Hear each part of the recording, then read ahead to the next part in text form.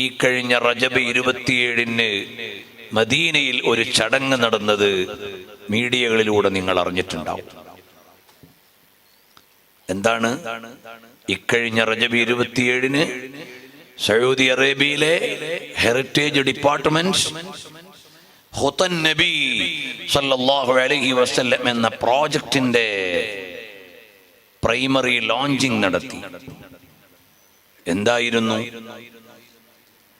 1446 കൊല്ലം മുമ്പ് നബി സല്ലല്ലാഹു അലൈഹി വസല്ലം തങ്ങൾ മക്കയിൽ നിന്ന് മദീനയിലേക്ക് പലായനം ചെയ്ത വഴിയിലൂടെ ആളുകൾക്ക് യാത്ര ചെയ്യാനുള്ള സൗകര്യം അവിടുത്തെ ഹെറിറ്റേജ് ഡിപ്പാർട്ട്മെന്റ് ഏർപ്പാട് ചെയ്യുന്നു.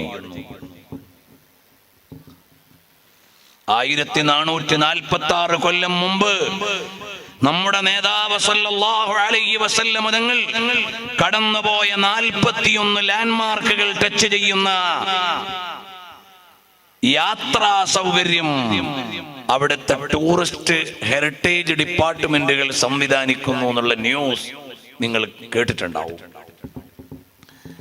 അൽഹംദുലില്ലാഹ്, കഴിഞ്ഞ റബീഉൽ അവ്വലിൽ ഏറെക്കാലത്തെ ഒരു സ്വപ്നമായിരുന്നു നബി സല്ലല്ലാഹു അലൈഹി വസല്ലം തങ്ങൾ ഹിജ്റ പോയ ദിവസങ്ങളിൽ ഹിജ്റ പോകണം, അല്ലെങ്കിൽ ആ വഴിയിലൂടെ സഞ്ചരിക്കണം എന്നൊരു സ്വപ്നം ഏറെക്കാലം മനസ്സിലുണ്ടായിരുന്നു.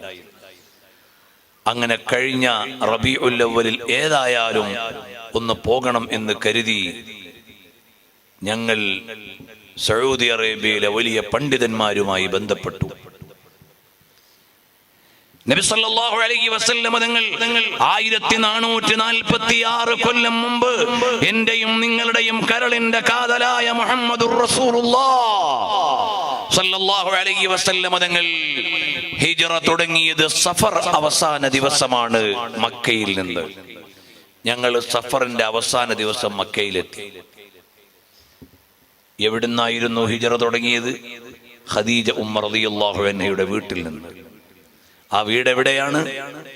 മറുവയിൽ നിന്ന് ഉംറയുടെയും മറ്റും സഅയ് കഴിഞ്ഞ് പുറത്തേക്കിറങ്ങുന്ന ആ സ്ഥലത്തായിരുന്നു ഖദീജ ഉമ്മ റളിയല്ലാഹു അൻഹയുടെ വീട്. ഞങ്ങൾ അവിടെ നിന്ന് യാത്ര തുടങ്ങി. നബി സല്ലല്ലാഹു അലൈഹി വസല്ലം തങ്ങളുടെ നെക്സ്റ്റ് ഡെസ്റ്റിനേഷൻ ഏതായിരുന്നു? ഖദീജ റളിയല്ലാഹു അൻഹയുടെ വീട്ടിൽ നിന്ന് നബി സല്ലല്ലാഹു അലൈഹി വസല്ലം തങ്ങൾ പോയത് സിദ്ദീഖുൽ അക്ബർ റളിയല്ലാഹു അൻഹുവിന്റെ വീട്ടിലേക്കാണ്. ആ വീട് എവിടെയാണ്? ആ വീട് ഇന്നവിടെയില്ല. ആ വീടുണ്ടായിരുന്ന സ്ഥലത്താണ് അബ്റാജ് മക്ക എന്ന ബിൽഡിംഗ് നിൽക്കുന്നത്. അപ്പൊ ഞങ്ങൾ ആ ബിൽഡിംഗ് ഉള്ള സ്ഥലത്തേക്ക് നടന്നു. അതിന്റെ 4ാമത്തെ ഫ്ലോറിൽ ഒരു പള്ളിയുണ്ട്, മസ്ജിദ് അബൂബക്കർ സിദ്ദീഖ്. മാഷാ അല്ലാഹ്, അതിന്റെ ഓർമ്മയായിരിക്കും അത്. അവിടെ നിന്ന് നബി സല്ലല്ലാഹു അലൈഹി വസല്ലം തങ്ങൾ പിന്നെ എങ്ങോട്ടാണ് വന്നത്? കഅബയിൽ നിന്ന് മീറ്ററുകൾ മാത്രം അകലമുള്ള ഉമ്മു ഹാനി റളിയല്ലാഹു അൻഹയുടെ വീട്ടിലേക്ക്. അതിന്ന് മസ്ജിദുൽ ഹറാമിന്റെ ഭാഗമാണ് ഹജ്വിറ എന്ന് പറയുന്ന സ്ഥലം. ഞങ്ങൾ അവിടേക്ക് വന്നു. അവിടെ നിന്നുകൊണ്ടാണ് എന്റെയും നിങ്ങളുടെയും കരളിന്റെ കാതലായ ജീവന്റെ മിടിപ്പായ പ്രപഞ്ചത്തിന്റെ മുഴുവൻ അടരുകളിലും അനുരാഗത്തെ അടയാളപ്പെടുത്തിയ അത്യുജ്വലമായ പ്രണയത്തിന്റെ പര്യായമായ മുഹമ്മദുർ റസൂലുള്ളാഹ് സല്ലല്ലാഹു അലൈഹി വസല്ലം അവിടെ നിന്നാണ് മക്കയോട് വിട പറഞ്ഞതല്ലയോ മക്ക, എന്റെ ജന്മനാട്ടിൽ നിന്ന് പോകാൻ പൂതിയുണ്ടായിട്ടല്ല, ഞാൻ ഇവിടെ നിന്ന് പോകാൻ നിർബന്ധിതനാണെന്ന് പറഞ്ഞ് ജന്മനാടിനോട് കണ്ണീരണിഞ്ഞ യാത്ര പറഞ്ഞ സ്ഥലമാണ് ഹസ്വിറ. അവിടെ നിന്ന് നബി സല്ലല്ലാഹു അലൈഹി വസല്ലം തങ്ങൾ പോയത് എങ്ങോട്ടാ? ദർബുൽ അംബിയാ, അംബിയാക്കന്മാരുടെ സഞ്ചാര വഴിയിലേക്കാണ്. അംബിയാക്കന്മാരുടെ ട്രാക്ക് ഏതാണ്? അതേ പരിശുദ്ധമായ മസ്ജിദുൽ ഹറാമിൽ നിന്ന് ജന്നത്തുൽ മുഅല്ലയുടെ അടുത്തുകൂടി കടന്നു പോകുന്ന ശാരിഉ ഇബ്രാഹിമുൽ ഖലീൽ, ഇബ്രാഹിം നബിയുടെ പേരിലുള്ള റോഡുണ്ട്. ഇന്നത്തെ മക്കയിലെ മുനിസിപ്പാലിറ്റിയുടെ ഓഫീസ് നിൽക്കുന്ന സ്ഥലം. അതിനിടയിലൂടെ ഒരു കാര്യം, സംഘാടകര് സഹോദരന്മാരുടെയും സഹോദരിമാരുടെയും ഒക്കെ ഭാഗത്ത് ബക്കറ്റുമായി സമീപിക്കും. എല്ലാവരും നല്ല സംഭാവനകൾ നൽകണം. അള്ളാഹു ബർക്കത്ത് ചെയ്യട്ടെ. ഈ സ്വലാത്തിന്റെ മജ്ലിസിൽ അനുഗ്രഹീതമായ അള്ളാഹുവിന്റെ അനുഗ്രഹങ്ങൾ പ്രതീക്ഷിച്ചുകൊണ്ടുള്ള ഒരു സൽക്കർമ്മമായി അള്ളാഹു കബൂൽ ചെയ്യട്ടെ. ഹബീബായ സല്ലല്ലാഹു അലൈഹി വസല്ലം തങ്ങൾ പിന്നെ എങ്ങോട്ടാണ് യാത്ര ചെയ്തത്? അതേ ഹബീബായ സല്ലല്ലാഹു അലൈഹി വഅലിഹി വസല്ലം തങ്ങൾ പിന്നീട് കടന്നുപോയത് പരിശുദ്ധമായ മക്കയിൽ, ഇന്നത്തെ അമാനത്തുൽ ആസിമത്തുൽ മുഖദ്ദസയിൽ നിന്ന് ജബൽ സൗറിന്റെ അടുക്കലേക്ക് 5.5 കിലോമീറ്റർ അകലെയുള്ള സൗർ പർവ്വതത്തിന്റെ താഴേക്കാണ് ഈ ഉലകത്തിൽ പതിഞ്ഞ ഏറ്റവും മാർദ്ദവമായ പാദങ്ങൾ ചലിച്ചു പോയത്. ഈ പ്രപഞ്ചം കണ്ട ഏറ്റവും വലിയ സൗന്ദര്യം നടന്നു പോയത്, ഈ ലോകം കണ്ട ഏറ്റവും വലിയ ഔദാര്യം സഞ്ചരിച്ചു പോയത് ആ ജബൽ സൗറിന്റെ താഴേക്കാണ്.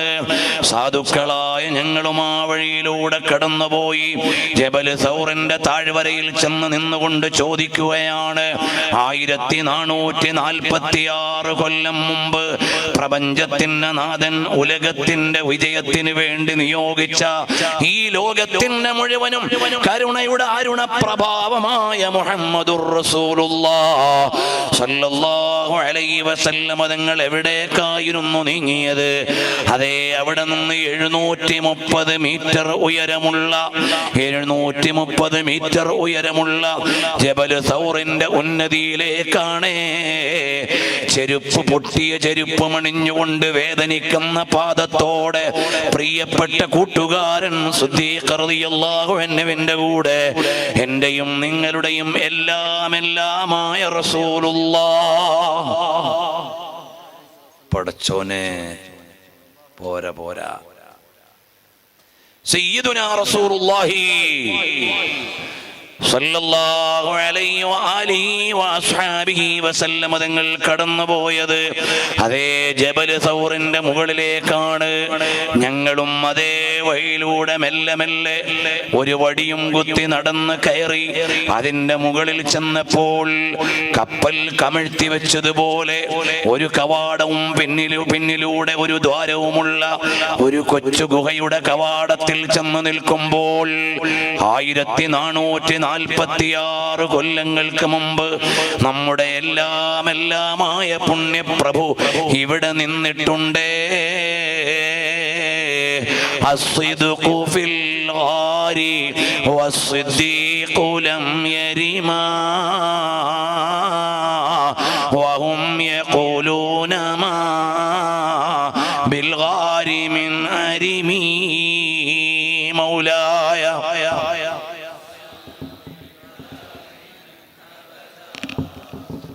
على حبيبك خير الخلق كلهم. ആ ഒരു വികാരത്തിന്റെ നിമിഷം നിങ്ങൾ ഓർക്കണം. ഞങ്ങൾ റബീഉൽ അവ്വലിന്റെ തലേന്ന് രാത്രിയിലാണ് അവിടെ എത്തിയത്.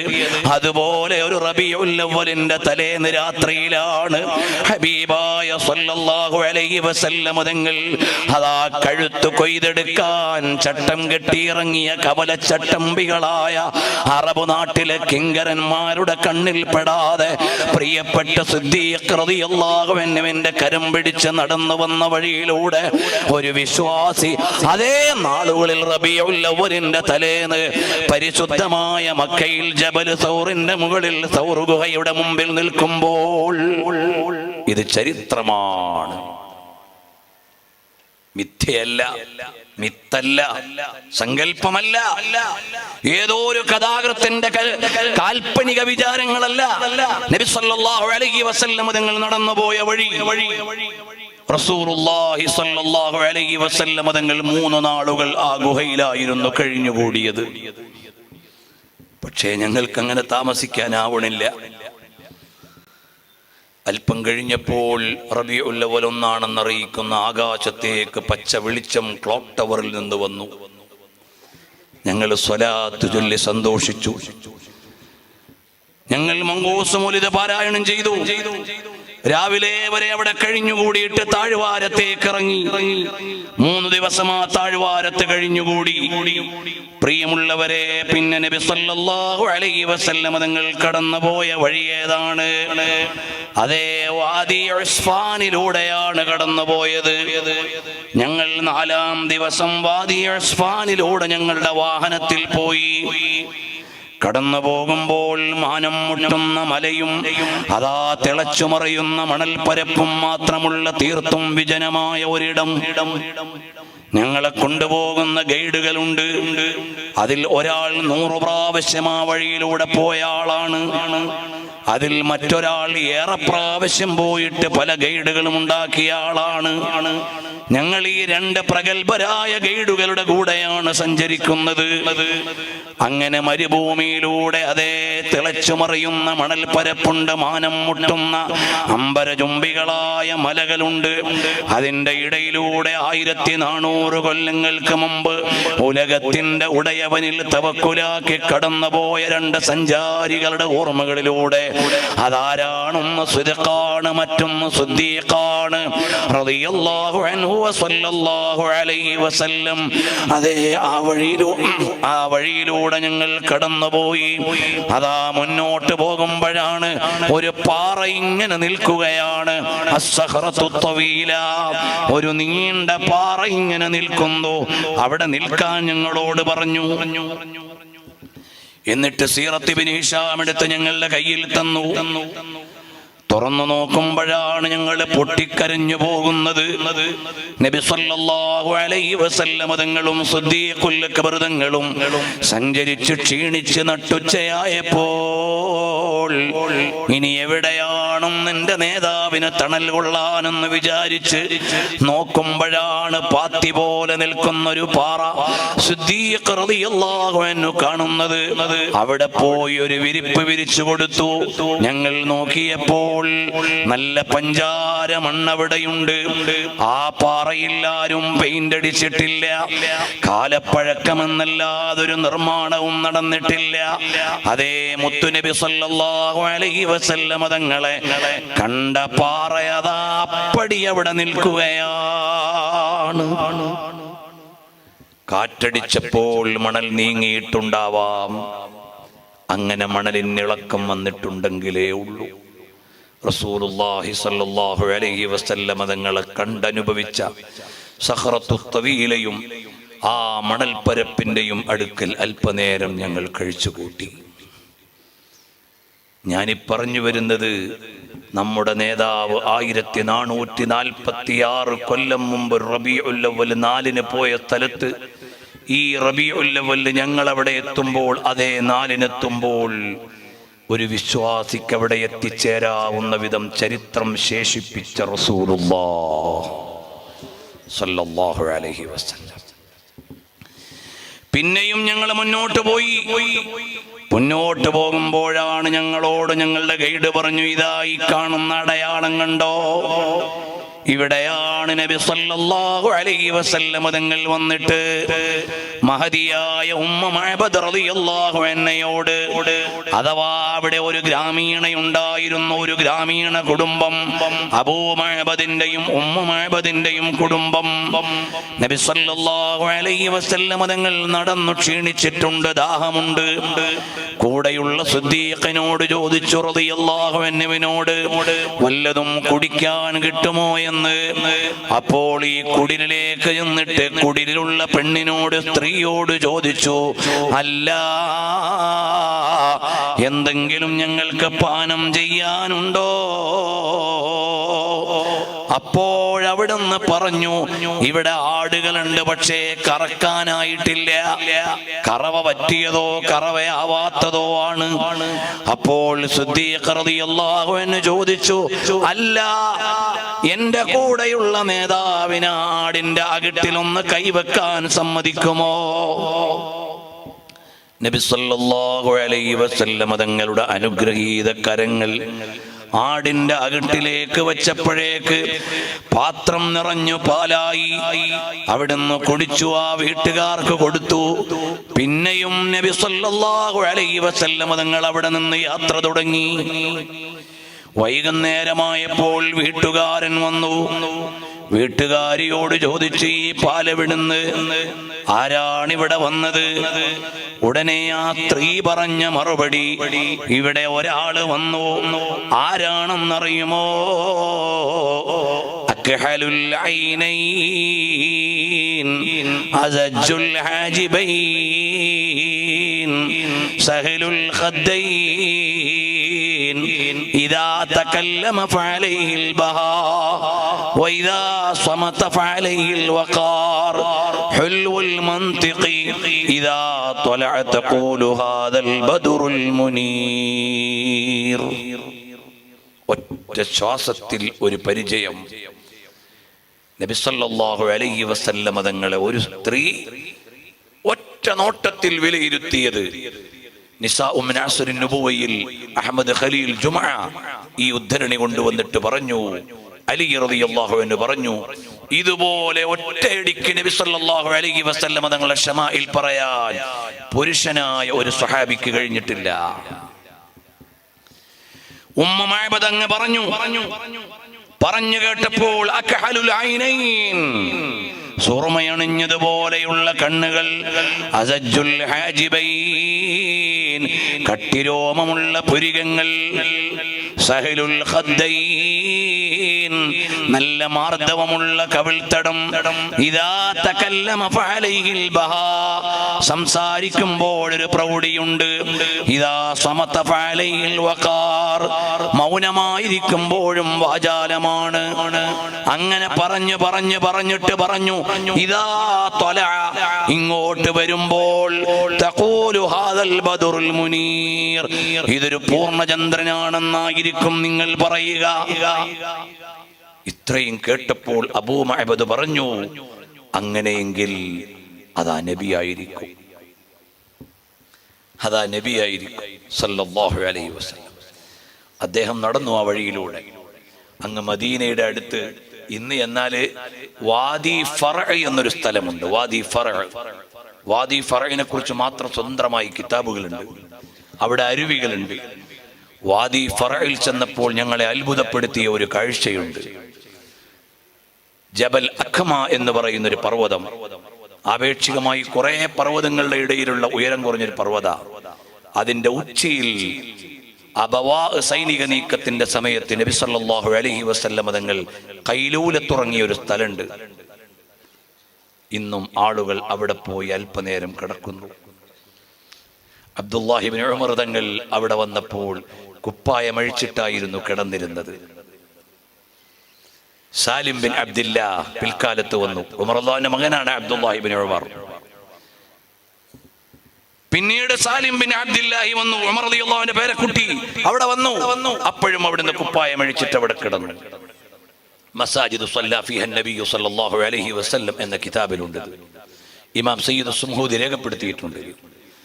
വാദി ഫറഇനെ കുറിച്ച് മാത്രമുള്ള ഗ്രന്ഥങ്ങളിലുണ്ട്. ഞങ്ങൾ ആ ജബൽ അഖ്മയുടെ മേലെ കയറി. നബി സല്ലല്ലാഹു അലൈഹി വസല്ലം നിങ്ങൾ ഖൈലൂലത്ത് കിടന്ന സ്ഥലത്ത് കിടക്കാൻ അർഹതയില്ല, ഇരിക്കാൻ യോഗ്യതയില്ല.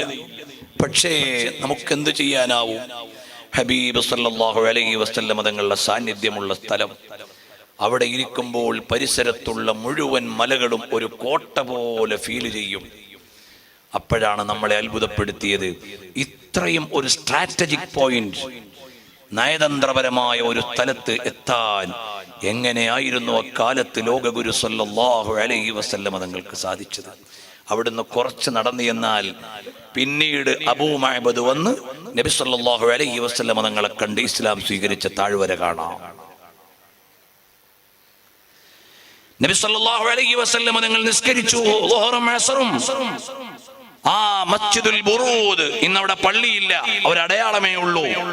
അവിടെയായിരുന്നു നബി സല്ലല്ലാഹു അലൈഹി വസല്ലം തങ്ങൾ അബവാ സൈനിക നീക്കത്തിന്റെ സമയം, അഥവാ ഹിജ്റ 1 അല്ലെങ്കിൽ ഹിജ്റ 2 ആരംഭത്തിൽ നബി സല്ലല്ലാഹു അലൈഹി വസല്ലം തങ്ങൾ വന്ന് ളുഹറും അസ്റും നിസ്കരിച്ച സ്ഥലം. അറിയുമോ, ഇതുപോലെ ചരിത്രം കണ്ണടച്ചിട്ടില്ലാത്ത നേതാവാണ് നബി സല്ലല്ലാഹു അലൈഹി വസല്ലം തങ്ങൾ സഞ്ചരിച്ച വഴി. അങ്ങനെ കഴിഞ്ഞ റബീഉൽ അവ്വൽ 12 സുബഹിക്ക് മുമ്പ് മദീനയുടെ അതിർത്തിയിലെത്തിയപ്പോൾ ഞങ്ങൾ കിതാബുകൾ എടുത്തു നോക്കി എങ്ങോട്ടാണ് ആദ്യം പോകേണ്ടത് എന്ന്. അപ്പ നബി സല്ലല്ലാഹു അലൈഹി വസല്ലം തങ്ങൾ മദീനയിലേക്ക് വന്നപ്പോൾ സുബഹി നിസ്കരിച്ച സ്ഥലത്തൊരു പള്ളിയുണ്ട്. ഇന്ന് ഹെറിറ്റേജ് ഡിപ്പാർട്ട്മെന്റ് അത് മനോഹരമായി ചിട്ടപ്പെടുത്തി വെച്ചിട്ടുണ്ട്. അവിടെ വന്ന് സുബഹി നിസ്കരിച്ച് കഴിയുമ്പോൾ പിന്നെ എങ്ങോട്ടാണ് പോകേണ്ടത്? അതേ സനിയത്തുൽ വദാ, അതിനപ്പുറത്താണ്. അവിടെ വെച്ചുകൊണ്ടാണ് ത്വലഅൽ ബദ്റു അലൈനാ മിൻ സനിയത്തിൽ വദാഇ, മദീനത്തെ ബനാത്തു ബനി നജ്ജാർ പാട്ടുപാടി മാടി വിളിച്ച് മുത്തുനബി സല്ലല്ലാഹു അലൈഹി വസല്ലം തങ്ങളെ കൊണ്ടുപോയത്. പിന്നീട് കൊണ്ടുപോയി ഇരുത്തിയതൊരു തോട്ടത്തിലാണ്. അത് ഖുബാ പള്ളിയുടെ ചാരത്താണ്. അവിടെ പല നിർമ്മാണങ്ങളും നടന്നെങ്കിലും അവിടെ ഇപ്പോഴും കുറച്ച് ഈത്തപ്പനകളുണ്ട്. അതിന്റെ ഉള്ളിലേക്ക് ഞങ്ങളൊന്ന് എത്തി നോക്കിയപ്പോഴേക്ക് 1446 കൊല്ലം മുമ്പ് എന്റെയും നിങ്ങളുടെയും എല്ലാമായ റസൂലുള്ളാഹി സ്വല്ലല്ലാഹു അലൈഹി വസല്ലം തങ്ങൾ വന്നിരുന്ന ഒരു ഓർമ്മയാണ്. അപ്പോൾ മദീനയിലുള്ളവരെല്ലാം വന്നുകൊണ്ട് പറഞ്ഞു, യാ റസൂലല്ലാഹ്, അല്ലയോ ഹബീബായ തങ്ങളെ, അവിടുന്ന് എൻ്റെ വീട്ടിലേക്ക് വരണം. എൻ്റെ വീട്ടിൽ നല്ല റിസപ്ഷൻ സൗകര്യമുണ്ട്, നല്ല കുളമുണ്ട്, വെള്ളമുള്ള കുളമുണ്ട്, കുളിക്കാൻ സൗകര്യമുണ്ട്, ആളുകൾ വന്നാൽ സ്വീകരിക്കാനുള്ള സ്ഥലമുണ്ട് നബിയെ. ഓരോരുത്തരും അവരുടെ വീട്ടിലെ സൗകര്യങ്ങൾ എന്ന് പറഞ്ഞപ്പോൾ ഹബീബായ സല്ലല്ലാഹു അലൈഹി വസല്ലം തങ്ങൾ പറഞ്ഞു, ഖല്ലൂ സബീലഹാ, എന്റെ വാഹനത്തെ നിങ്ങൾ വിട്ടേക്കൂ. ഫഇന്നഹാ മഅമൂറ, ആ വാഹനത്തിനറിയാം എവിടെയാണ് നിർത്തേണ്ടത് എന്ന്. അങ്ങനെ ആ വാഹനം വന്ന് മുട്ടുകുത്തിയ സ്ഥലത്തു നിന്നുള്ള പള്ളിയാണ് മസ്ജിദ് ഖുബാ. ഖുബാ പള്ളിയുടെ ഉള്ളിൽ കയറിയിട്ട് ആ ഖുബാ പള്ളിയുടെ ഖുബ്ബയുടെ ഉള്ളിലേക്ക് നിങ്ങളൊന്ന് മേലോട്ട് നോക്കൂ. അവിടെ 2 ദ്വാരങ്ങളുണ്ട്. ആ ദ്വാരങ്ങളുടെ നേരെ താഴെ ഭൂമിയിലായിരുന്നു ഹബീബായ സല്ലല്ലാഹു അലൈഹി വസല്ലം തങ്ങൾ സഞ്ചരിച്ചു വന്ന ഒട്ടകം ഖസ്വാ മുട്ടുകുത്തിയത്. ഖസ്വാ എത്തിച്ചേർന്നത് അവിടെയാണ് എന്റെയും നിങ്ങളുടെയും പുണ്യ നബി റസൂലുള്ളാഹി സല്ലല്ലാഹു അലൈഹി വസല്ലം തങ്ങൾ ഇറങ്ങിയത്, കുറച്ചു നാള് താമസിച്ചത്. പിന്നീട് അതേ ഒട്ടകം മുട്ടുകുത്തിയ മറ്റൊരു പോയിന്റിലാണ് മസ്ജിദുൻ നബവി നിൽക്കുന്നത്. ചരിത്രം പറയാനുള്ള നേരമല്ല.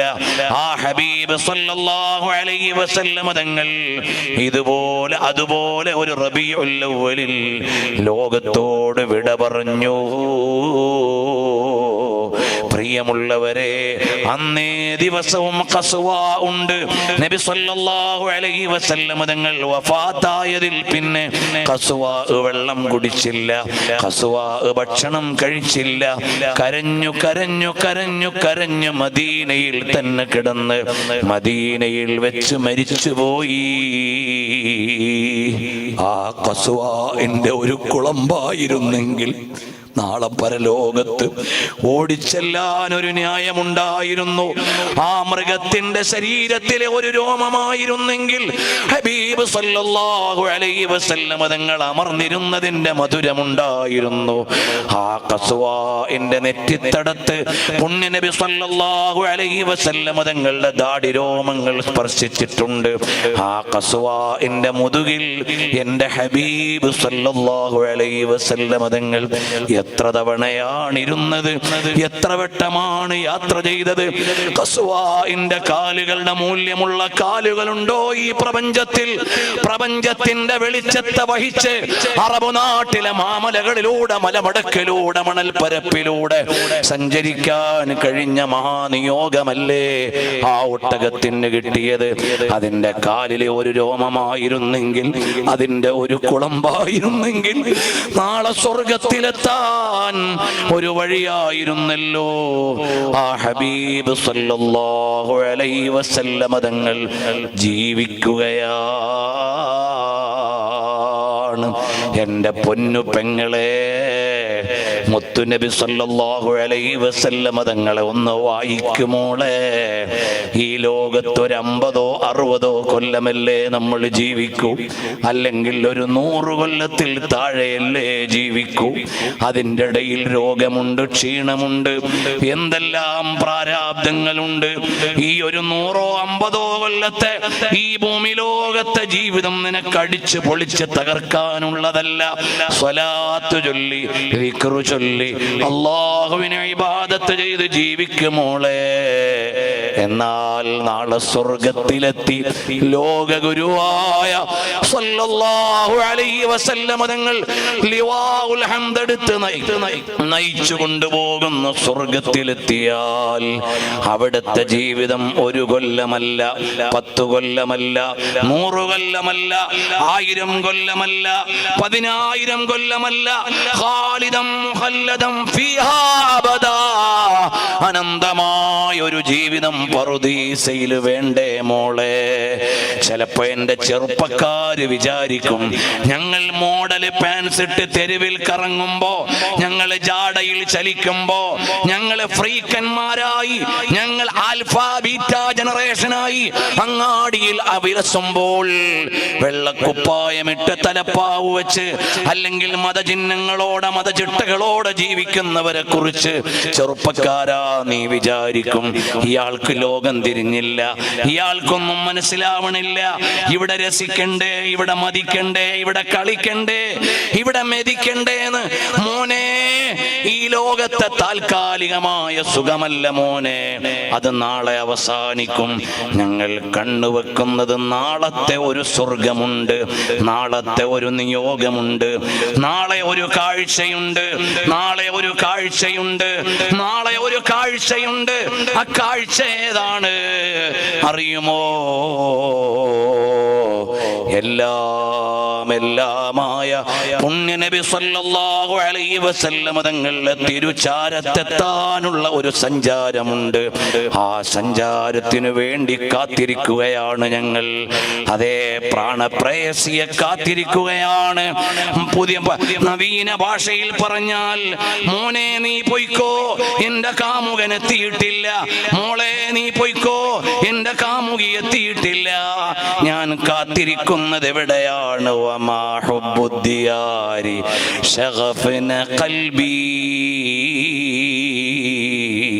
വമാ ഹുബ്ബുദ്ദിയാരി ശഗഫന ഖൽബി വലാകിൻ ഹുബ്ബു മൻ സകന ദിയാറ. ഞാൻ എൻ്റെ പുണ്യനബിയിലേക്കുള്ള വിലയത്തിന് കാത്തിരിക്കുകയാണ്. ഞാൻ മദീനയിലേക്കുള്ള തീർത്ഥാടകനാണ്, ഞാൻ മദീനയിലേക്കുള്ള സഞ്ചാരിയാണ്. ഞാൻ അങ്ങ് ത്വയ്ബയിലേക്ക് പോവുകയാണ്, ഞാൻ അങ്ങ് ത്വാബയിലേക്ക് പോവുകയാണ്. ഇല്ല ഇല്ല, ഇന്നെനിക്ക് വാഹനം കിട്ടിയില്ല, ഇന്നെനിക്ക് സഞ്ചരിക്കാനായില്ല. പ്രഭാതമേ, ഇന്നിൽ തിയാരി ഹസ്സബാ യൗമൻ ഇലാ അർളിൽ ഹറം ബല്ലിഗ് സലാമി റൗളതൻ ഫീഹൻ നബിയുൽ മുഹ്തറം. എനിക്കിന്നെത്താനാവാത്ത മദീനയിലേക്ക് ഇളം കാറ്റേ നീ തഴുകി തഴുകി അവിടെ എത്തി എൻ്റെ ഹബീബ് വിശ്രമിക്കുന്ന പച്ചക്കുബ്ബയെ തലോടി പോകുമ്പോ എൻ്റെ ഒരു സലാം. അസ്സലാമു അലൈക യാ റസൂലല്ലാഹ്, അസ്സലാമു അലൈക യാ ഹബീബല്ലാഹ്, അസ്സലാമു السلام عليك يا رحمة للعالمين. ആ സലാം ചൊല്ലാൻ വേണ്ടി കാത്തിരിക്കുകയാണ്. അതുകൊണ്ട് സ്വലാത്തു ചൊല്ലണം, സ്വലാത്തു ചൊല്ലണം, സ്വലാത്തു ചൊല്ലണം. അതൊരു കാമുകിക്ക് വേണ്ടിയുള്ള മൂളിപ്പാട്ടാണ്, അത് കാമുകന് വേണ്ടിയുള്ള പ്രണയഗീതമാണ്, അത് പ്രണയ തലസ്ഥാനത്തിലേക്കുള്ള ടിക്കറ്റാണ്, അത് സ്വർഗവസന്തത്തിലേക്കുള്ള പ്രവേശികയാണ്. അതേ, ആ സ്വലാത്തിന്റെ മജ്ലിസാണിത്. ഇത് മദീനയിൽ പതിയേണ്ട സദസ്സ്, ഇത് ത്വയ്ബയിലെത്തേണ്ട സംഗമം. എന്റെ സമയം, നിങ്ങളുടെ സമയം, ഇതെന്റെ ലോക ഗുരുവായ സ്വല്ലല്ലാഹു അലൈഹി വസല്ലം തങ്ങളെ പാടിപ്പറയുന്ന സദസ്സാണ്. അല്ലാഹുവേ, ഞങ്ങളെ ആ മദീനയിലെത്തിച്ച് അവിടുത്തെ മധു അനുഭവിച്ച്, അവിടുത്തെ മധുരം രുചിച്ച്, അവിടുത്തെ സ്നേഹാശിസ്സുകളെ അണഞ്ഞുകൂട്ടി പിടിച്ച് ചുടുചുംബനം കൊടുക്കാൻ അല്ലാഹുവേ ഞങ്ങൾക്ക് ഭാഗ്യം നൽകണം. അല്ലാഹ് ഞങ്ങൾക്ക് സൗഭാഗ്യമേകണം. അല്ലാഹ് ഞങ്ങൾക്ക് ഭാഗ്യമേകണം. അല്ലാഹ്